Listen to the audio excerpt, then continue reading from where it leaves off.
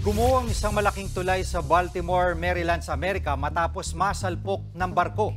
Sa live stream video kanina madaling araw, makikita ang parating na cargo vessel. Nagdire-diretso yan hanggang sa bumangga sa tulay. May sumiklab pang apoy sa Baltimore Key Bridge bago ito bumagsak sa ilog. Kasamang nahulog ang mga dumarang sasakyan sa tulay. Mahigit 20 ang na-rescue. Pahirapan ang pagsagip dahil malamig ang panahon kaya mababa ang visibility. Iniimbestigahan pa kung bakit bumangga ang barko sa tulay.